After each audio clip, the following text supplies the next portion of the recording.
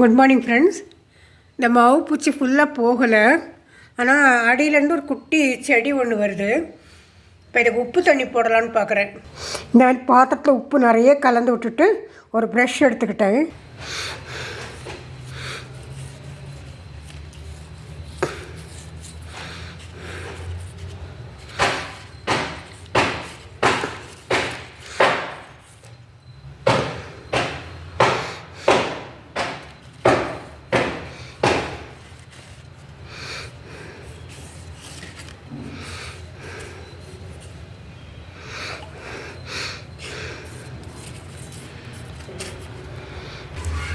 ஒவ்வொரு செடிக்கும் இந்த இடத்துல இப்படியே நல்லா போடுறேன். அங்கே தான் கொஞ்சம் நிறைய அப்பிட்டுருக்கும்.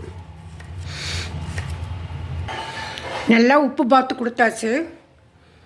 இனி இது என்ன ஆகுதுன்னு பார்ப்போம். உப்பு தண்ணியை ஊற்றுனா செடி ஃபுல்லாக வாடிடும். உப்பு அவ்வளோ கடுமையாக இருக்கும்ல, அதனால் இலைகளை மட்டும் தொடச்சி விட்ட மாதிரி ப்ரெஷ்ஷை வச்சு ஃபுல்லாக தொடச்சிருக்கேன். இனி பார்க்கணும் 2 நாள் கழித்து.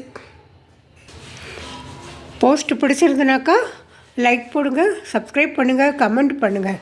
சரிங்களா? Okay, bye, thank you.